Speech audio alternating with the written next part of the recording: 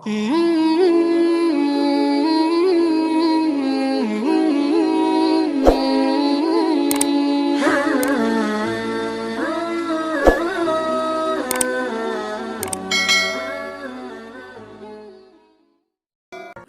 pasti diijabah walaupun proses melalui 3 hal. Yang pertama, diijabah doa kita menolak takdir yang buruk, menghilangkan takdir yang buruk. Contoh, kita memohon, ya Allah kasih aku jodoh, tapi jodohnya belum datang. Ternyata dalam takdir, karena kita sering berdoa meminta sesuatu, Allah sudah ijabah, tapi Allah memilih daripada memberi jodoh, ada yang lebih daripada itu. Apa? Ternyata ada takdir yang jauh lebih buruk daripada jodoh yang kita minta.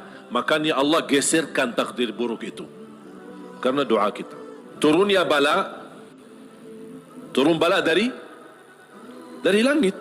Bala turun dari langit. Doa naik dari bumi, dari kita. Pas di udara bertemu, bala sama doa berantem. Berkelahi antara doa sama bala. Yang kalah siapa? Bala, dan doa naik. Artinya bala tidak jadi turun. Itu saking kuatnya dan berkahnya doa kita. Berarti doa pasti diijabah. Proses pertama, doa yang kita minta, Allah belum ijabah secara langsung sesuai permintaan, tapi Allah menolak sebuah bala yang kita tidak tahu. Misal, tertulis dalam takdir kita hari ini akan kena kecelakaan motor, tapi ternyata doa kita tidak pernah bilang, ya Allah selamatkan saya dari kecelakaan motor misalnya. Kita tidak berdoa seperti itu. Tapi karena Allah melihat dalam takdir ada bala yang akan turun hari ini, tapi karena kita suka berdoa, Allah memilih mana yang baik. Allah yang lebih tahu mana yang baik. Apakah ijabah sesuai permintaan atau Allah memberi penggantinya yang lebih baik. Ternyata penggantinya yang lebih baik, Allah memilih tolak bala. Allah bisa saja kasih jodohnya, tapi karena kecelakaan motor, nanti merasa nyesal. Aduh, baru sudah nikah atau ketemu jodohnya malah dirawat di rumah sakit. Kesal nggak? Merasa, aduh gimana gitu. Makanya percaya jamaah sekalian, pilihan Allah itulah yang terbaik. Ada orang minta sama saya, boleh nggak saya berdoa? Saya suka sama seorang misal, saya jatuh cinta sama dia. Boleh nggak saya berdoa, ya Allah aku minta dia, si fulanah itu, si ini. Boleh nggak saya berdoa seperti itu? Saya jawab apa? Kira-kira jawab apa? Boleh saja. Tapi saya usulkan, serahkan aja kepada Allah. Dan apa? Ya Allah, kalau memang dia baik bagi saya, mudahkan. Kalau tidak baik, ganti yang lebih baik. Tapi gimana aku jatuh cinta sama dia? Itu beda urusan. Yang kedua, diijabah doa kita dan diberi oleh Allah Subhanahu wa taala sesuai permintaan. Apakah saat ini atau besok atau bisa lama. Tapi kita percaya pilihan Allah itulah yang terbaik. Yang ketiga, doa yang kita minta atau yang kita selama ini bermunajat, ternyata bala masih terus menimpa kita. Musibah kita terus ketemu. Selesai satu masalah, tambah lagi masalah. Kemudian permintaan yang kita minta juga belum ketemu. Saya minta kerjaan yang bagus, belum ketemu. Saya sudah berusaha melamar kerja sana sini, belum ada. Terus mana doa aku selama ini, mana? Ternyata yang ketiga, contohnya yang di ketiga. Yang ketiga apa? Allah simpan doa kita buat di akhirat. Berarti tidak ada yang hilang di sisi Allah. Kalau tidak tertolak bala, tidak diijabah sesuai permintaan, berarti yakini, oh disimpan di akhirat. Sahabat dan orang salih lebih suka doanya selama di dunia disimpan buat akhirat, karena di akhirat bakal lebih butuh bantuan dan pertolongan Allah dan berkat doa kita. Faham? Walaupun sifat manusia ingin melihat secara langsung. Minta, ya Allah minta rumah, ada rumah. Minta ini, ada ini. Mohon maaf Bapak Ibu, kalau Allah ijabah atau berikan sesuai permintaan kita, nanti kita berhenti berdoa. Apapun yang kita minta, ya Allah aku minta mobil, dapat mobil. Minta kerjaan, dapat kerjaan. Minta jodoh, dapat jodoh. Minta rumah, dapat rumah. Mau haji, dapat haji. Terus segala yang kita minta dapat.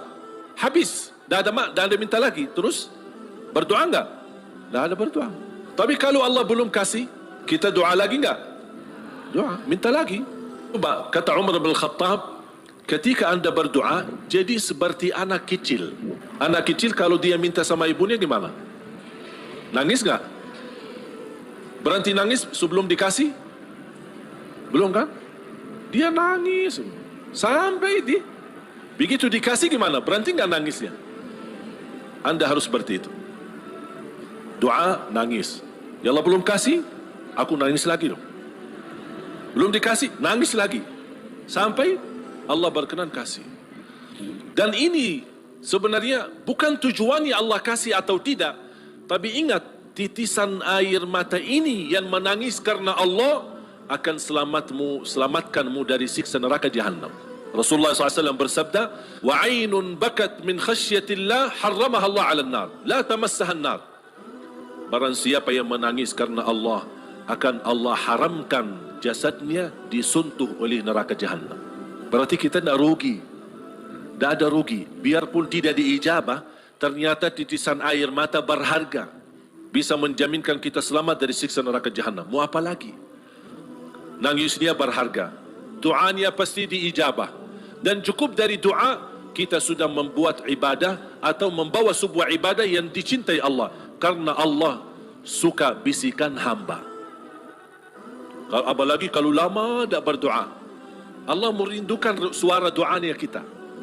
Apalagi doa yang tulus dan ikhlas. Makanya kadang-kadang kalau kita tidak diberi doa atau tidak beri permintaan atau tidak beri permohonan kita, terus kita berdoa terus sampai diuji, sampai di macam-macam, sampai kita merasa sudah tertekan, tidak kuat. Kira-kira bisikan doa kita seperti apa nanti? Dalam keadaan doa, dalam keadaan susah atau senang? Menurut saya doa dalam keadaan susah jauh lebih murni daripada doa dalam keadaan senang. Kalau dalam keadaan senang artinya ya biasa-biasa aja, dapat atau tidak dapat. Tapi coba kalau lagi stres, lagi pusing, lagi galau, gimana bisikan doa? Ya Allah, udah nangis duluan. Makanya itu subhanallah, saya mengambil kesimpulan dari doa. Justru doa tanda Allah merindukan suara doa kita. Oleh karena itu jamaah sekalian, jangan berhenti berdoa, terus berdoa. Nabi Yunus alaihissalam ketika tertahan di dalam perutnya ikan berlama-lama di bawah laut, dia tidak pernah berhenti dengan mengucapkan la ilaha illa anta subhanaka inni kuntu minadh zalimin. Kata Imam Ibnul Qayyim rahimahullah, barang siapa yang membaca doa ini dengan sepenuh keyakinan, pasti diijabah oleh Allah hajatnya. Karena Allah habis doa ini, apa kata Allah? Fastajabna lah, kami terima dan menijabah doanya. La ilaha illa anta subhanaka inni kuntu minadh zalimin. Oleh kerana itu kembali lagi, doa kita diijabah atau tidak? Saya bertanya, doa kita diijabah atau tidak? Diijabah, yakin? Terus berdoa. Dalam keadaan apapun selalu kita berdoa.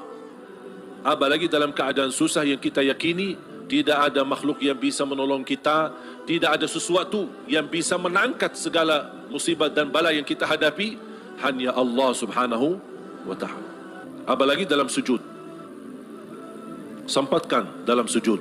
Karena Rasulullah SAW bersabda, aqrabu ma yakunul abdu ila rabbi wa huwa sajid. Hamba ketika dalam keadaan sujud, posisinya sangat dekat kepada Allah. Makanya di akhir hadis Rasulullah SAW bersabda, fa'akthiru minad du'a, berbanyalah doa. Bisa menikmati doa insyaAllah mulai hari ini. Doa menurut saya sesuatu hubungan yang sangat indah sama Allah. Apalagi kalau bisa berdoa dengan cara curhat. Bisa enggak curhat sama Allah? Kalau lagi galau suka curhat enggak? Sering saya terima, Ustaz, boleh curhat enggak? Terus saya bilang apa ya? Boleh atau tidak? Saya bertanya, sudah curhat sama Allah belum? Dia bilang belum. Mau sama Ustaz dulu katanya. Ada saja. Belajar bagaimana bisa curhat. Sungguh kalau kita sudah biasa curhat sama Allah, tidak bakal curhat sama manusia.